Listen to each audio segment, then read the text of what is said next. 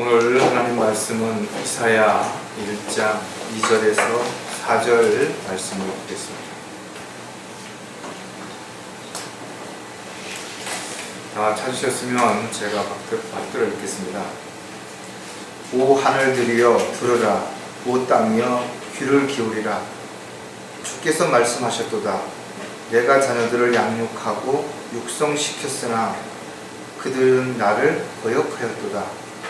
소도 자기 주인을 알고 나귀도 자기 주인의 구유를 알건만 이스라엘은 알지도 못하고 나의 백성은 깨닫지 못하는도다.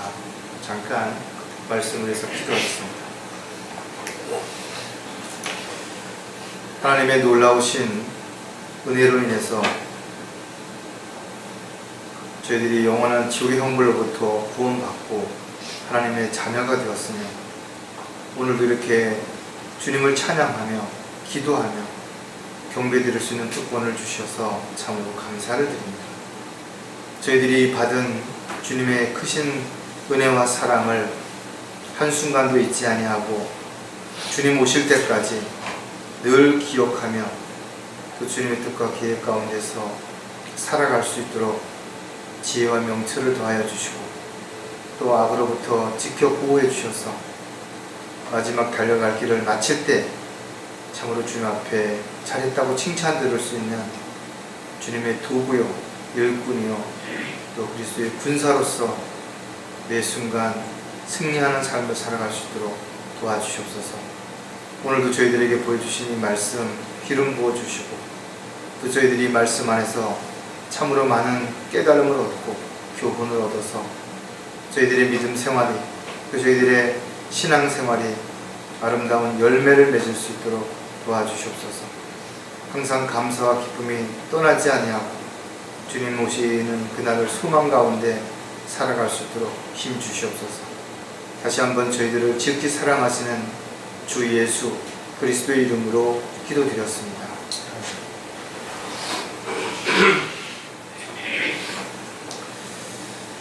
여러분들이 잘 아시는 것처럼 이스라엘 하면 특별한 민족이죠. 하나님이 선택한 민족입니다. BC 17세기 정도에 이제 아브라함을 갈대와 우르에서 불러내시고 그의 아들 이삭 그리고 또 그의 아들 야곱을 시작으로 해서 이스라엘이라고 하는 한 나라가 태동이 된 것을 우리는 성경을 통해서 알 수가 있어요.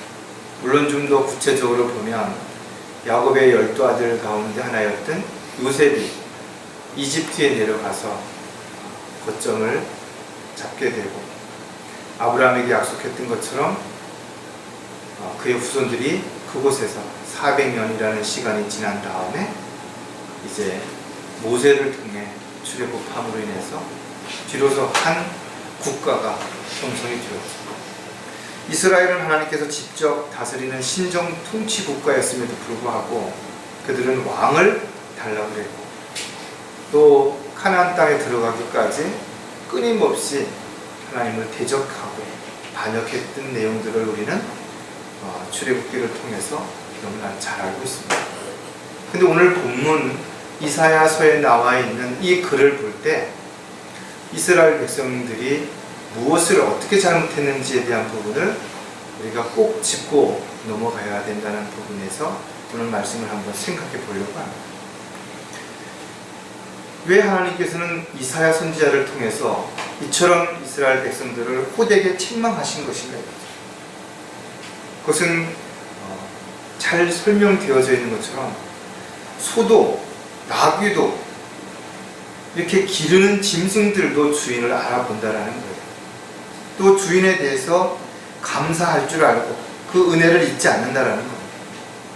그런데 이스라엘 백성들은 하나님의 은혜를 잊었을 뿐만 아니라 깨닫지도 못하고 알지도 못했다라는 거예요. 시편 기자는 존귀에 처해 있어도 깨닫지 못하면 멸망하는 짐승과 같도다 그랬어요. 아무리 사람이 하나님의 창조물 가운데 가장 으뜸이라 할지라도 자신이 어떤 존재인지를 잊고 살아간다면 짐승만도 못하다라는 것을 우리에게 분명하게 가르쳐주고 있는 것입니다. 오늘 설교 제목은 하나님의 은혜를 잊지 않으려면, 왜 하나님의 은혜를 잊지 않으려면 이런 주제를 가지고 말씀을 전하려고 하는가 하면, 의외로 많은 사람들이 하나님의 은혜를 잊고 살아간다는 것입니다.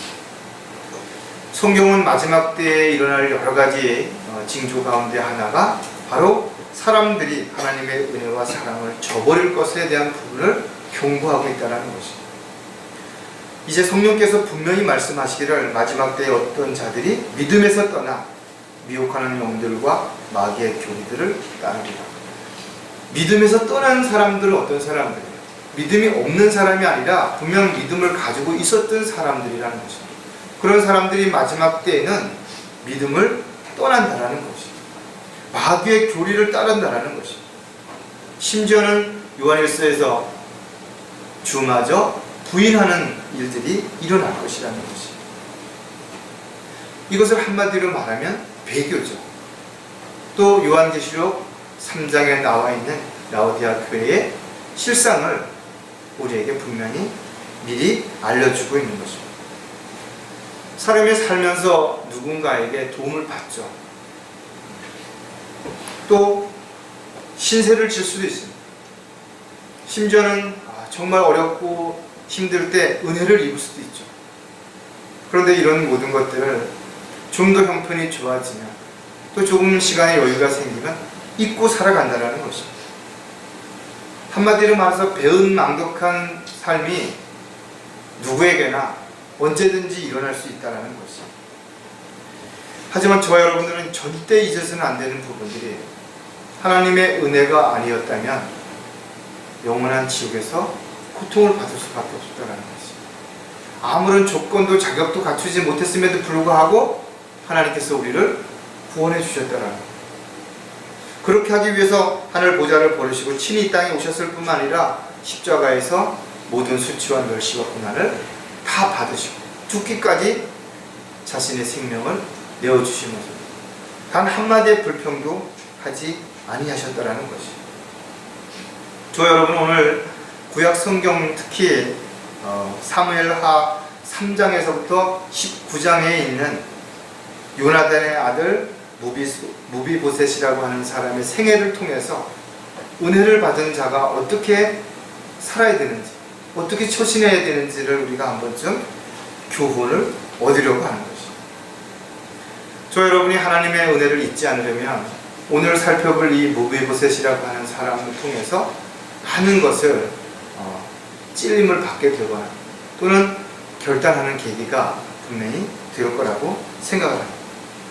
어떤 이유에든 어떤 핑계를 대고서든 우리가 하나님을 우선순위로 두는 데 있어서 소홀히 한다든지, 하나님을 떠나서 하나님의 계획과 뜻에서 벗어나서 무엇인가를 추구하고 있다면 하나님의 은혜를 잊고 사는 자신이라는 것을 분명하게 우리는 알아야 될 것입니다.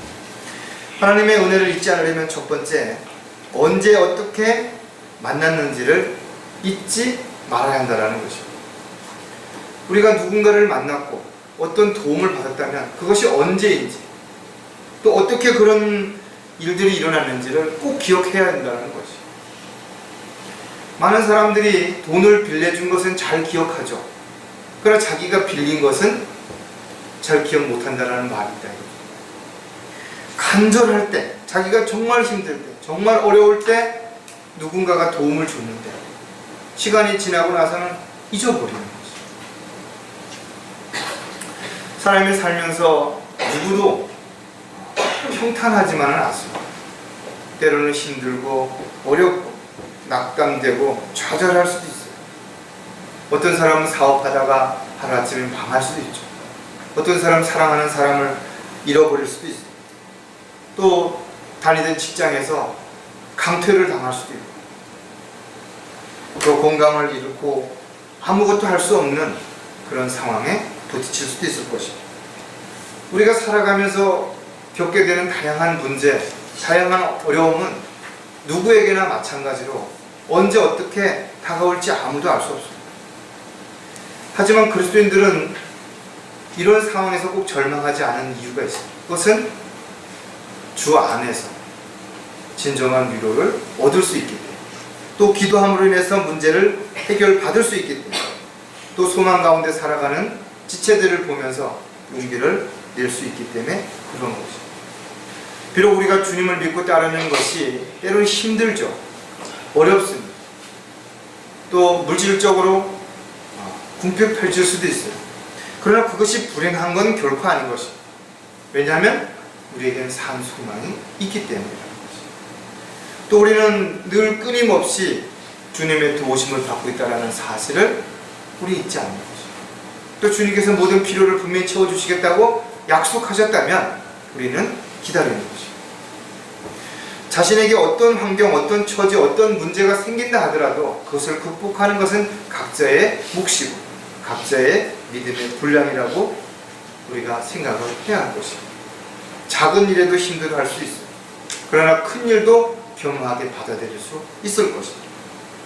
저와 여러분이 과연 정말 주님의 은혜를 잊고 살지 않는지를 확인해 보려면 나는 주님을 만난 이후에 무엇이 어떻게 바뀌었냐 이거죠. 정말 나의 가치관이 바뀐 것인가? 삶의 목표가, 목적이 바뀌었는 것인가? 지금 내가 주님과의 관계를 통해서 현실적으로 살아가는 많은 어려움들이 오히려 감사하고 오히려 그것이 즐거움이 될 수 있는 것인가 이거죠. 한 번쯤 우리가 생각해 본다면 무비보셋이 다윗을 만난 것 또한 우리가 주님을 만난 것과 다르지 않을 만큼 아주 힘들고 어려운 상황에서 만났다는 사실. 언제 어떻게 만났는지를 잊지 않기 위해서 우리는 몇 가지를 생각해 볼 텐데, 첫 번째, 지난 날을 결코 잊지 말아야 한다는 것입니다. 즉 지난 날에 매여서 집착하고 미련을 가지고 살아가는 그런 이야기 아닙니다. 지나간 것은 지나간 것이 분명합니다. 그러나 그렇다고 해서 지나간 것이라고 해서 우리가 받은 은혜조차도 잊어버리면 안 된다는 거죠. 기도의 빛을 우리가 잊어버리면 안 되는 거지. 내가 힘들 때 누군가가 나를 위해서 애쓰고 수고했다면 나 또한 누군가를 위해서 늘 애쓰고 수고하는 마음을 잊지 말아야 하는 것이. 사람들마다 출생할 때의 환경과 장소와 입장이 다른 것입니다. 그리고 여러분도 마찬가지지만 누가 자신의 출생을 선택할 수 있냐라는 것이. 좋은 과정, 좋은 어떤 가문, 좋은 상황에서 태어났으면 분명 좋은 혜택을 누릴 수 있는 것은 당연한 것입니다. 그러나 그렇다고 해서 모두 행복하거나 성공한 거 아니에요. 오히려 그것이 걸림이 될 수도 있고 그것 때문에 더 큰 어려움을 겪을 수도 있는 것입니다.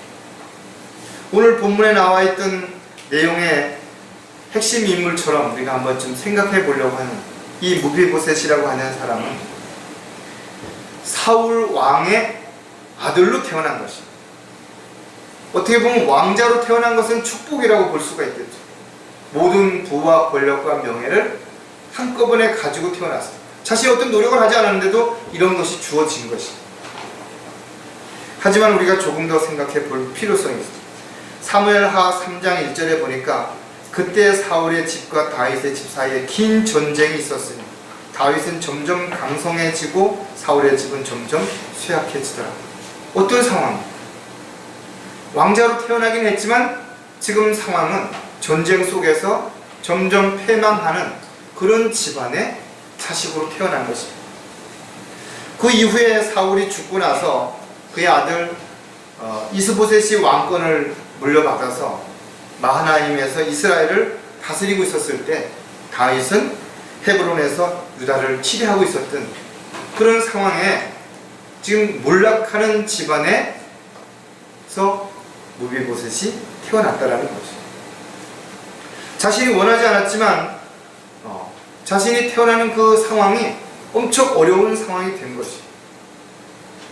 지금도 우리 주변에는 자기 집안이 뭐 불교라든지 카톨릭이라든지 뭐 힌두교라든지 이슬람이라든지 공산국가라든지 다양한 어떤 토속적인 신앙을 하는 그런 가정에서 태어난 사람들은 주님을 만나기 엄청 어렵죠. 또 생활이 어려워서 고아원이라든지 어떤 단체가 그런 특별한 종교단체에서 후원하는 곳에서 자란 사람들 벗어나기 어렵습니다. 그렇다고 모든 사람들이 거기서 못 벗어나는 건 아닙니다. 살면서 하나님의 은혜와 사랑을 알게 되고 새롭게 시작하는 많은 사람들이 분명 있는 것입니다. 출생은 스스로 선택할 수 없지만 그러나 자신에게 주어진 삶에 늘 최선을 다한다면 또 특히 주님 안에서 주님의 인도하심을 받는다면 반드시 변화될 수 있다는 것을 우리는 결코 잊지 말아야 할 것입니다. 언제 어떻게 만나는지를 잊지 않으려면 마음이 쉽게 바뀔 수 있음을 잊지 말아야 한다는 것. 흔히 화장실 가기 전과 갔다 온 후가 다르다. 위급한 상황만 넘기면 언제 그러냐는 식으로 생활하는 딴청을 피우는 외면하는 사람들을 빗대어서 하는 말입니다. 동물의 왕국을 보면 숫사자가 이제 사자 무리에 들어가서 그 왕을 몰아내고 나서 새로운 그 우두머리가 되게 되면 제일 먼저 하는 일이 그 전에 있던 숫사자의 새끼들을 다 죽이는 것이에요. 정치도 비슷합니다. 새로운 집권을 하게 되면 그 전에 남아있던 잔재 세력들을 청산하는 거예요. 왜냐하면 새로운 어떤 거를 하기 위해서 거추장스럽게 되지 않도록, 분산되지 않도록, 권력이 나눠지지 않도록 그렇게 하는 거죠. 이것은 어떻게 보면 지금 무비보셋이라고 하는 이 사람에게 닥친 현실적인 문제와 동일한 거죠. 사무엘하 4장 1절에 보니까 사울의 아들은 아브넬이 헤브론에서 죽었다함을 듣자 손에 기운이 빠졌으며 온 이스라엘이 번민하더라. 사울의 집안이 몰락하고 다윗의 집안이 점점 강하게 되니까 이스라엘 사람들이 이제는 불안한 거예요. 어떻게 해야 되냐 이거죠. 많은 왕자들이 역사를 보면 성인이 되기 전에 영모에 휩쓸려서 제거된 것을 볼 수가 있습니다. 즉 무비보셋도 왕자의 신분이지만 언제 죽을지 모르는 아주 바람 앞에 등불과 같은 신세가 된 것이. 오히려 자신이 평범한 가정에 태어났다면 이런 두려움은, 이런 위험은 없었을 텐데 무비보셋은 오히려 그 좋은 환경과 여건이라고 하는 그런 배경들이 그에게는 큰 부담이 되고 위험의 근거가 된 것입니다. 그래서 무비보셋이 멀리 도망가서 살았던 것을 볼 수가 있습니다. 저와 여러분이 주님을 만난 이후에 세상적인 유혹에 또 미혹에 마음을 빼앗겨서 마음이 흔들릴 수 있다 이거죠. 언제 그러냐는 듯이 하나님의 은혜와 사랑을 잊어버리고 또다시 세상에 있는 것들을 사랑하고 세상에 있는 것들을 바라볼 수 있다는 것이. 헛된 내 마음이 빼앗기지 않다. 또 불필요한 것을 바라보지 않다. 쓸데없는 데 시간을 낭비하지 않도록 우리가 늘 정신을 차리고 깨어있지 않다면 언제 어떻게 우리가 마음이 변해서 주님의 은혜를 잊고 살아갈지 아무도 알 수 없다는 거죠. 언제 어떻게 만나는지를 잊지 않으려면 자신이 자랑할 것이 없음을 잊지 말아야 한다는 것입니다. 무비보셋은 쇠락하는 그런 가정에서 태어나 또 위급한 상황에 처했을 뿐만 아니라 신체적으로도 그는 어려움을 겪을 수밖에 없는 상황이 된 것입니다. 성경을 보니까 다리를 잘 사용할 수 없는 장애를 가지고 있었던 것을 볼 수가 있습니다. 물론 우리가 장애가 있다고 해서 불행하다라고 말할 수는 없죠. 장애가 있다고 해서 못할 거라고 이렇게 선입견을 가질 필요는 없습니다. 왜냐하면 장애를 가지고도 정상적인 사람들보다 훨씬 대단한 일을, 놀라운 일을, 위험한 일을, 특별한 일을 하는 사람들이 많이 있죠. 성공한 사람들이 많이 있습니다. 존경을 받는 사람들이 많이 있습니다. 사람들에게 본보기가 되는 사람들이 많이 있다는 거죠. 하지만 분명 같은 조건이라면 다른 사람들보다 훨씬 불편하고 어려운 상황인 것은 분명한 거죠. 의지가 없다면, 확신이 없다면, 믿음이 없다면 다른 사람들보다 연약한 것은 분명할 것이다. 왕하 9장 3절에 보니까 왕이 말하기를 사울의 집에 아직 남아있는 자가 있느냐 내가 그에게 하나님의 인자하심을 베풀리라 하니 시바가 왕에게 말하기를 요나단에게 아직 한 아들이 있는데 그가 다리를 전하이다 하더라. 그가 왜 다리에 장애를 가지고 있었는지에 대한 부분은 우리가 사무엘하 4장 4절에서 자세히 알 수가 있습니다. 사울의 아들 요나단이 한 아들이 있었는데 그 아들이 아버지가 죽고 어려운 그 전쟁 상황에서 유모가 그를 업고 도망가다가 떨어뜨려서 다리를 다치게 된 그것이 다리를 절게 되는 이유가 됐던 것입니다. 우리는 한 번쯤 생각해 봐야 된다. 자신이 뭔 대단한 사람이라고 나는 무엇도 가졌고 무엇도 할 수 있고 또 무엇이 있다라고 말하기 전에 과연 이 모든 것들을 누가 주신 것인가 이거죠. 또 누구를 위해서 어떻게 사용해야 될 것인가를 한 번쯤 생각한다면 우리는 내 것은 내 것이 아니라 하나님의 것이며 잠시 내가 그것을 맡아 관리하고 주님의 도구로 일꾼으로 쓰임받는 것이라는 사실을 분명히 기억해야 됩니다. 저 여러분이 주님을 만났을 때 어떤 상황에서 만났는지 한번 생각해 봐야 된다. 그리고 저희들이 지금까지 살아오면서 얼마나 많은 어려움과 위험 가운데 주님께서 지켜주시고 돌봐주셨는지 또 내가 가지고 있는 모든 것 주님이 주셨고 주님의 은혜로 된 것이라는 것을 잊지 않는다면 저와 여러분은 매 순간 주님의 뜻과 계획에서 벗어나지 않고 주님 오실 때까지 반드시 승리하는 선한 싸움을 싸우게 될 수 있는 군사로서 삶이 지속될 수 있을 거라고 생각합니다.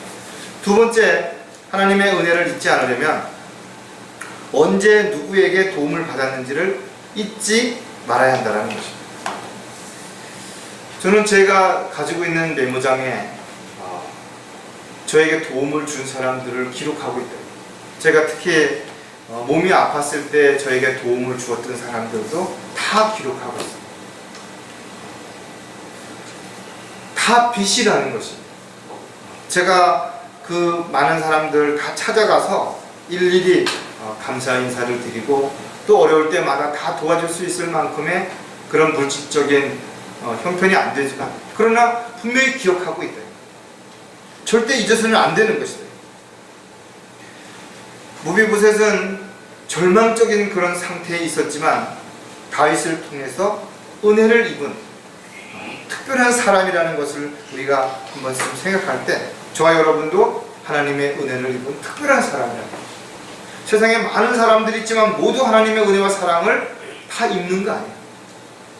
오히려 좋은 환경과 좋은 여건들 또 자기가 뭔가를 잘할 수 있는 것이 오히려 주님의 은혜를 얻을 수 있는 입을 수 있는 기회의 방해가 되고 장애물이 될 수 있다는 겁니다. 사무엘하 9장 1절에서부터 5절을 제가 한번 천천히 읽을 테니까 한번 보십시오. 다윗이 말하기를 사울의 집에 아직 남아있는 자가 있느냐 내가 요나단을 인하여 그에게 친절을 베풀리라. 여러분 아시죠? 요나단과 다윗의 관계를 사울의 집에 속한 한 종이 있었으니 그의 이름이 시바더라. 그를 다윗에게 부르니 왕이 그에게 말하기를 내가 시바냐 하자 그가 말하기를 왕의 종이 그러하나이다 하더라. 왕이 말하기를 사울의 집에 아직 남아있는 자가 있느냐 내가 그에게 하나님의 인자하심을 베풀리라 하니 시바가 왕에게 말하기를 요나단에게 아직 한 아들이 있는데 그가 다리를 전하이다 하더라. 왕이 그에게 말하기를 그가 어디 있느냐 하니 시바가 왕에게 말하기를 보소서 그가 로드발의 암미엘의 아들 밀카의 집에 있나이다 하더라. 다윗 왕이 보내어 로드발로부터 암미엘의 아들 마킬의 집에서 그를 데려오리라. 자세하게 기록이 되어 있습니다. 어떻게 보면 저와 여러분이 주님을 만날 때 주님께서는 이렇게 자세하게 배려하시고 필요한 사람을 우리에게 보내서 복음을 전하게 하시고 또 필요한 사람을 만나서 진리를 알게 하시고 함께 교제할 수 있는 특권들을 주셔서 하나님의 은혜를 받을 수 있는 기회를 주셨다는 것입니다. 무비보셋이 자신을 향해 달려오는 다윗의 신하들을 보았을 때 어떤 심정이었겠어요? 아, 나를 구하러 오는구나 하고 기뻐했겠냐 이거죠. 드디어 이제 내가 발각이 되었구나. 이제 내 인생의 끝이구나 라고 생각했겠죠. 하지만 다윗으로 인해서 놀라운 은혜를 받게 된 것입니다. 어떤 자격도 조건도 없는 거. 오히려 전쟁에서 승리했으면 그쪽 반대의 씨를 말리는 것이죠. 그런데 오히려 자신과 원수가 되었던 그 집안의 아들을 다윗은 보살피게 되는 것입니다. 저와 여러분은 하나님과 원수가 되었던 사이에, 그러나 주님께서는 그 원수 되었던 저와 여러분을 자신의 생명을 내어주심으로 인해서 막힌 담을 거시고 우리를 화해시켜 주셔서 하나님의 아들이 될 수 있는 특권을 주신 것이다. 얼마나 감사하고 얼마나 기쁜 일인 것이냐. 언제 누구의 도움을 받았는지를 우리가 잊지 않으려면 몇 가지를 또 우리가 생각해 봐야 되는데, 첫 번째, 조건 없이 받았음을 잊지 말라라는 것이다. 저와 여러분이 구원받은 것은 하나님의 은혜예요. 선물인 것이. 어떤 것도 우리가 무엇을 했기 때문에 받은 것이 아니라 하나님께서 주시는 것에 대한 것을 그냥 감사함으로 받은 것이. 무비보셋 역시 특별한 어떤 능력이 있어서, 잘난 것이 있어서 다윗으로부터 은혜를 받은 거 아니에요. 오히려 자신의 어떤 것도 내세울 것이 없는 초라하고 보잘것없는 그런 무비보셋은 저와 여러분이 주님을 만났을 때의 모습과 무엇이 다르냐. 아니, 우리가 훨씬 더 비참하다. 하나님께서 주인이었던 저와 여러분에게 어떠한 대가도 요구한 것이 없다. 오직 하나님의 자비하심으로 인해서 값없이 자신의 몸을 내어주셔서 우리를 죄로부터 구원해 주신 것입니다. 우리가 받은 이 축복은 무비보셋이 받은 축복과는 비교가 안 되죠. 훨씬 더 큰 하나님의 은혜를 받은 것입니다. 이런 하나님의 은혜를 우리는 어떤 상황에서 또 어떤 입장에서 잊고 산다라는 것을 생각을 해서도 또 그런 마음을 가져도 안 될 것입니다. 언제 누구에게 도움을 받았는지를 우리가 잊지 않으려면 놀라운 은혜를 입었음을 잊지 말아야 한다는 거죠. 단지 그냥 은혜가 아니라 놀라운 은혜라는 것입니다. 주님이 우리를 위해서 십자가를 지신 것은 놀라운 은혜죠. 저와 여러분은 자신보다 못한 사람들을 위해서 과연 얼마만큼 배려하고 얼마만큼 양보하고 얼마만큼 고난과 시련과 역경을 감수할 수 있는 것인가 이거죠. 숨어 살던 무비보셋이 다윗의 신하를 보았을 때 심장이 덜컥 내려앉았을 것입니다. 이제는 피할 방법이 없다는 것을 알게 됐을 것입니다. 아까 우리가 읽었을 때 내용을 보니까 무비보셋이 살았던 곳이 로드발이라고 하는 곳이, 로드발이라고 하는 것은 그 뜻이 목초가 없는 이라는 말이에요. 쉽게 말하면 목초가 없다는 것은 척박한 땅이라는 것이, 사람들이 잘 살지 않는, 살 수 없는 그런 척박한 땅에 가서 숨어서 살았던 무비보셋을 다윗이 신하를 보내서 데려가려고 지금 이 신하들이 왔다라는 것입니다. 사무엘하 9장 8절에 그가 절하며 말하기를 왕의 종이 무엇이기에 왕께서 죽은 개 같은 나를 돌아보시나이까. 자신을 어떻게 표현했어요? 왕자이고 자신이 대단한 어떤 사람이 아니라 개 같은 존재라고 자신을 낮췄다라는, 죽은 개, 그것.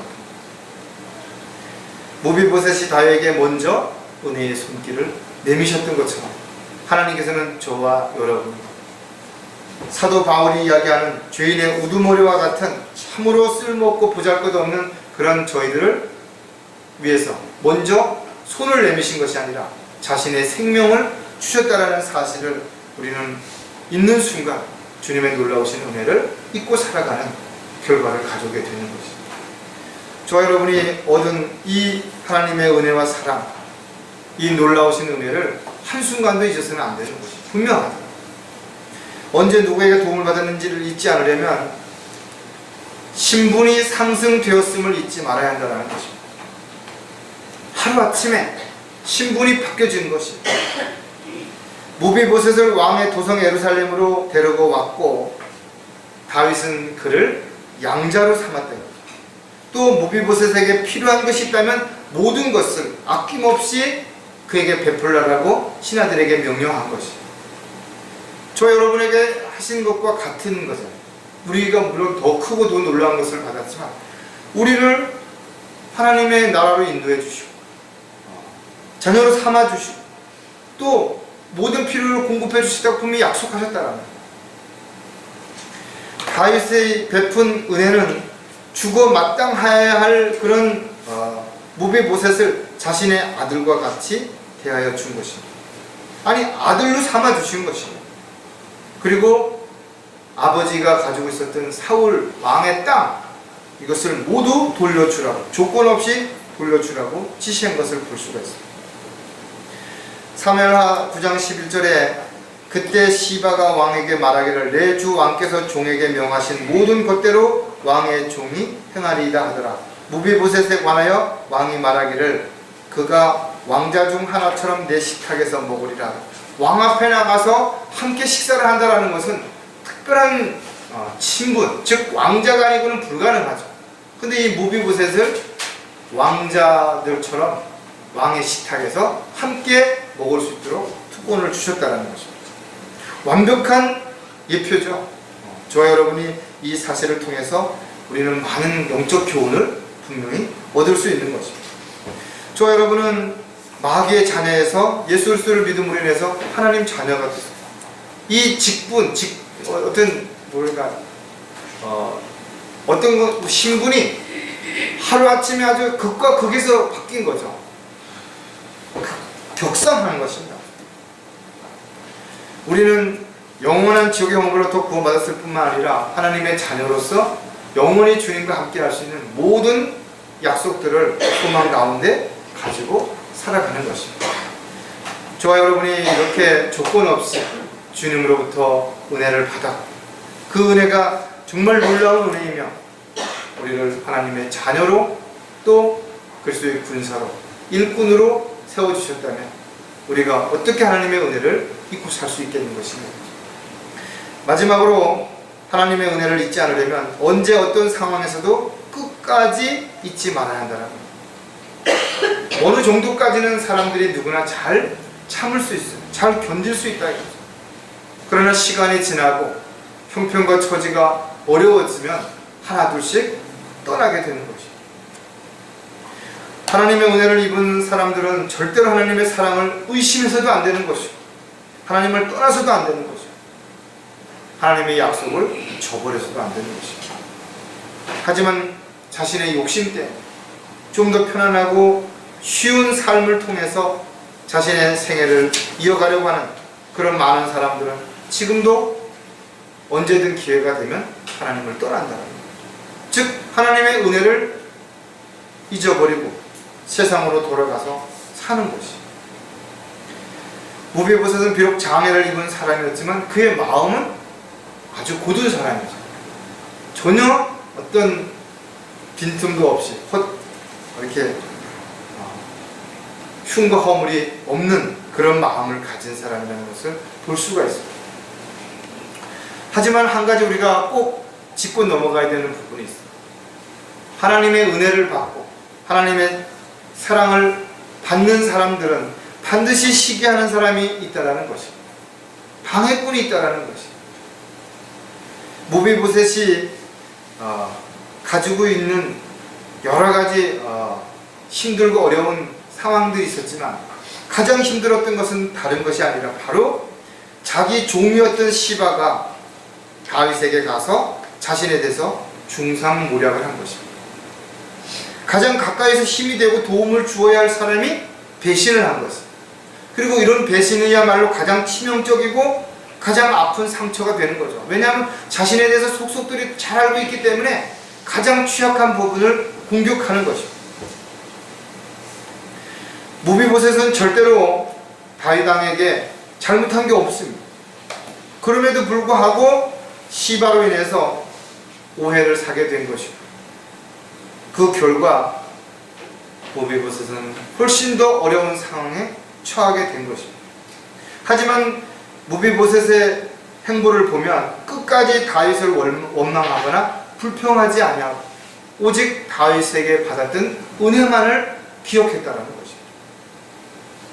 많은 사람들이 자기가 도움받은 것은 잊어버리고 서운한 것만 생각하죠.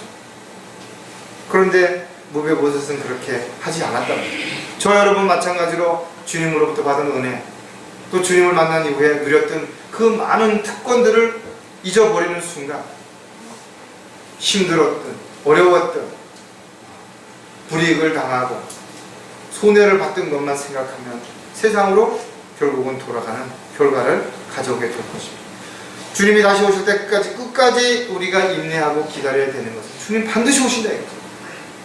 무비보셋은 자신이 믿었던 또 그렇게 섬겼던 왕이 다시 올 거라는 확신을 가지고 기다렸지만 실질적으로 쇠락한 가운데서 그런 상황에서 기대할 수 있는 것이 없었을 수도 있다. 그럼에도 불구하고 무비보셋은 끝까지 기다렸던 거지.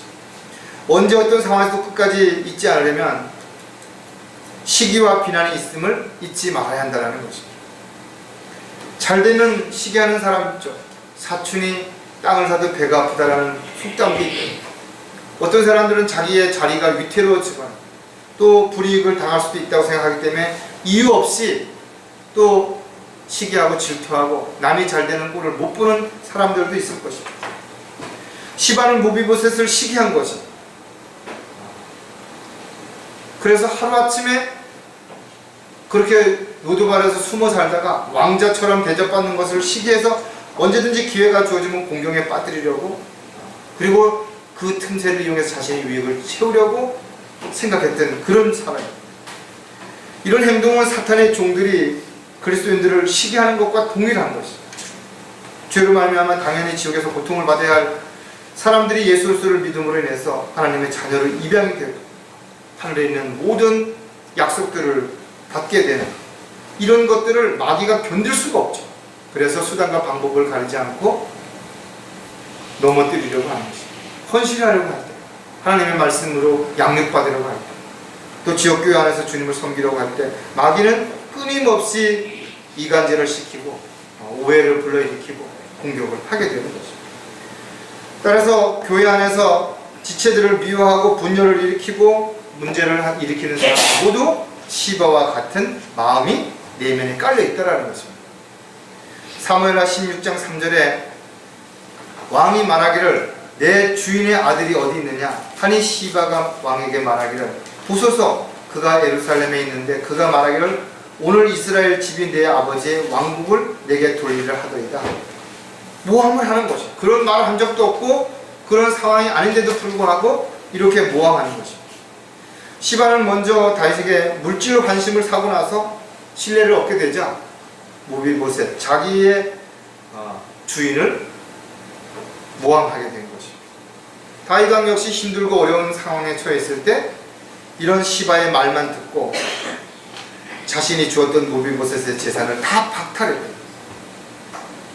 여러분 못했으면 어떻겠어요? 왜 줬다 뺐느냐라고 불평할 수도 있잖아요. 그러나 다윗은 결코 그렇게 하지 않았다는 것입니다. 때로는 우리가 살다 보면 하나님께서 우리에게 주신 것을 취하실 수도 있어요. 또 우리가 힘들고 어려운 상황에 처했는데 외면하시는 것처럼 보여질 수도 있어요. 그러나 결코 그렇지 않다는 것입니다. 저와 여러분이 주님의 뜻과 계획 가운데 있다면 교회는 강성해지겠죠. 그러나 강성해지면 질수록 교회를 파괴하고자 하는 분명한 무리들이 반드시 있다라는 것. 또 가족이 서로 이해하고 배려하는 가운데 화목해지려고 하면 반드시 또 그것을 시기하는 그런 반대 세력들이 틈타고 들어온다라는 사실도 꼭 기억해야 될 것입니다. 따라서 철저하게 우리는 준비하고 또 말씀을 통해서 살펴보고 확신 가운데 기도하면서 모든 일들을 지혜롭게 하나씩 해결하지 않는다면 언제 마귀에게 빌미를 주게 될지, 마귀의 꾀임에 빠져서 마귀의 도가 될지 아무도 장담할 수 없는 것입니다. 언제 어떤 상황에서도 끝까지 잊지 않으려면 고난과 시련의 연속임을 잊지 말아야 한다는 것입니다. 즉 주님을 따르는 길은 평탄하지 않다라는 것입니다. 때로는 가시밭길이고 좁고 험난한 길이기 때문에 결코 그 길이 즐겁고 신나고 재미있다라고 생각할 수 없죠. 하지만 보람있고 의미있고 가치 있는 길은 분명한 것입니다. 그것을 알기 때문에 우리는 그 길을 묵묵히 걸어가는 것이죠.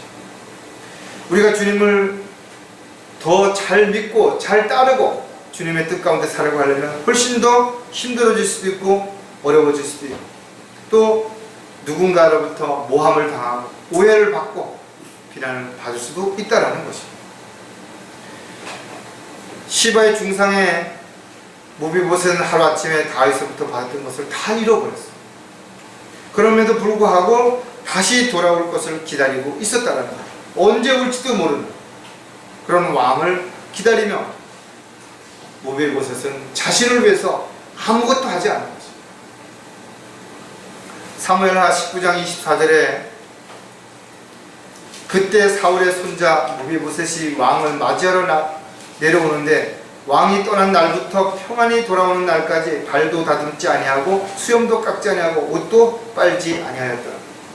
그러니까 자신을 위해서 아무것도 하지 않은 것입니다. 왕이 쫓겨난 것을 알았을 때 약삭 빠른 사람들 같으면 새로운 왕에게 충성을 하려고 자기 살 길을 찾기 위해서 적당히 타협하고 그렇게 했을 수도 있죠. 얼마나 많은 사람들이 배은망덕하게 의리를 저버리고 신뢰를 깨트리는 사람들이 많은 것인 거예요. 마치 저와 여러분이 주님이 다시 오심을 기다리는 것처럼 무비보셋은 간절하게 기다렸던 것이죠. 하지만 우리가 기다리는 주님은 확실한 약속을 우리에게 주셨다는 거죠. 반드시 오신다라는 거죠. 주님의 은혜를 잊지 않는 사람들은 아무리 힘들어도 주님이 오시는 것을 기다리는 데서 게으르지 않을 것이고 주님 오심을 기다린다면 반드시 주님 맞이할 준비를 해야 할 것입니다. 언제 어떤 상황에서도 끝까지 잊지 않으려면 반드시 다시 오심을 잊지 말아야 한다는 것입니다. 주님은 우리 생명의 은인이시다. 그리고 주님은 우리가 구할 처소를 다 마련해 놓으시고 이제 언제든지 우리를 데리러 오실 수 있는 상황이 된 것입니다. 우리가 주님의 은혜를 입었으면서도 육신적이고 세상 지향적인 삶을 살고 있다면 우리는 주님을 기다리는 자세가 아니라는 것입니다. 자신의 편안함과 안일함 속에서 그저 눈에 보이는 것들에 만족하고 살아간다면 주님의 은혜를 잊고 살아가는 것입니다. 자신에게 힘들고 어려운 상황만을 생각하면서 마땅히 주님 앞에 해야 할 일을 소홀히 하고 있다면 주님의 은혜를 잊어버린 것입니다. 사무엘하 19장 27절에 그가 내 주 왕께 왕의 종을 중상하였나이다. 그러나 내 주 왕은 하나님의 천사 같으시오니 왕의 눈에 좋으신 대로 행하소서. 무비보셋이 다윗을 다시 만났습니다. 다윗이 그렇게 반갑게 맞이하는 무비보셋에게 물었다 이거죠. 지난달 네가 나를 모함하더니 내가 다시 돌아오니까 이제 나를 맞으러 왔느냐? 어떻게 보면 다윗의 눈에 아주 비열한 사람처럼 보일 수도 있죠. 자기가 쇠퇴하고 도망갈 때는 자기를 버리고 도망갔다라고 얘기했었던 그 무비보셋이 아주 초췌한 모습으로 옷도 빨지도 않고 머리도 수염도 깎지 않은 상태로 상그지 같은 모습으로 자신을 와서 맞이할 때 한편으로는 그런 마음이 들었을 수도 있다 이거죠. 그러나 무비보셋은 원망도 하지 않았고 모든 것을 다윗에게 맡긴 것입니다. 그동안에 있었던 일을 다 다윗에게 말하면서 어떻게 처리하든지 다윗에게 그것을 맡긴 것입니다. 저 여러분을 모함하고 공격했던 많은 사람들이 있죠. 그럼 하나님께 맡긴 것입니다. 하나님께서 어떻게 하시든 그런 하나님의 방법들을 해주시는 것입니다. 우리가 미워하고 원망하고 시기하고 그래야 할 이유가 없다는 것입니다. 오늘 저와 여러분이 살펴본 무비보셋이라고 하는 사람은 저와 여러분이 주님 만날 때까지 어떤 자세로 주님을 기다리며 살아야 되는지에 대한 분명한 교훈을 주는 것이고 하나의 예표가 될 수 있다는 것입니다. 하나님의 은혜를 저버리는 일이 절대로 일어나서는 안 될 것입니다. 상황이 어떠하든 어떤 입장이든 우리는 주님만을 바라보아야 될 것입니다. 또 주님만을 기다리며 살아야 될 것입니다. 주님을 만났을 때 부끄럽지 않은 모습으로 발견될 수 있도록 지금 내가 해야 할 일을 최선을 다하며 열심을 다하면서 살아가는 것, 그것이 저와 여러분이 마땅히 주님을 잊지 않고 살아가는, 주님의 은혜를 따라 살아가는 자세라는 것을 다시 한번 기억하는 저와 여러분이 되시기를 주님의 이름으로 부탁을 드리겠습니다. 기도하겠습니다. 하나님 아버지, 참으로 감사를 드립니다. 주님의 은혜를 생각할 때 저희들이 이 세상에서 무엇을 하든 어디에 있든 어떤 상황이든 오직 감사하고 또 감사할 수밖에 없습니다. 주님 다시 오시는 그날까지 저희들 믿음의 길에서 이탈하지 아니하고 낙오하지 않도록 붙잡아 주시고 주님 맡겨주신 일들을 통해서 주님을 기쁘시게 해드리며 주님이 원하시는 삶을 살아가는 모든 형제 자매들이 되도록 복 주시옵소서. 다시 오실 우리 주 예수 그리스도의 이름으로 기도드렸습니다.